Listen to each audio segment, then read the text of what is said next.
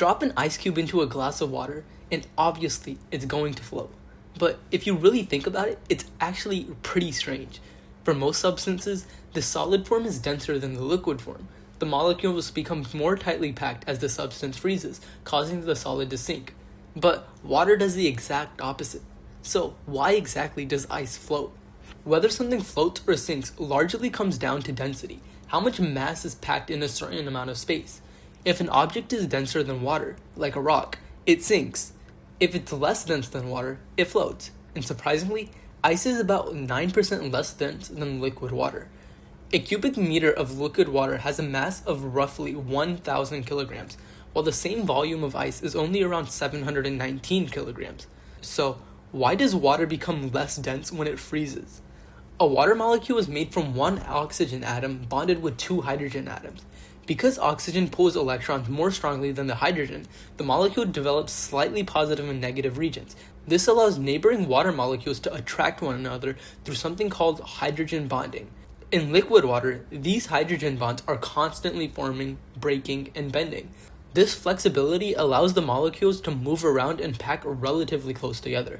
But as the water freezes, that changes.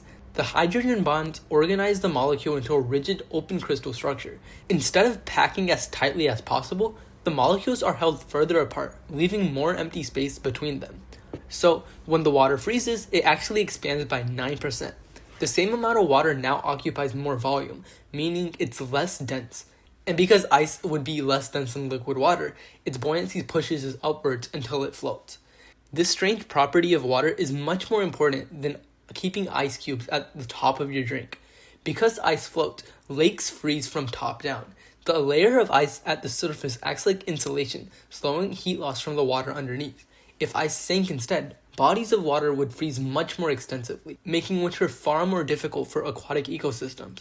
So, ice floats because water molecules behave differently from most other substances.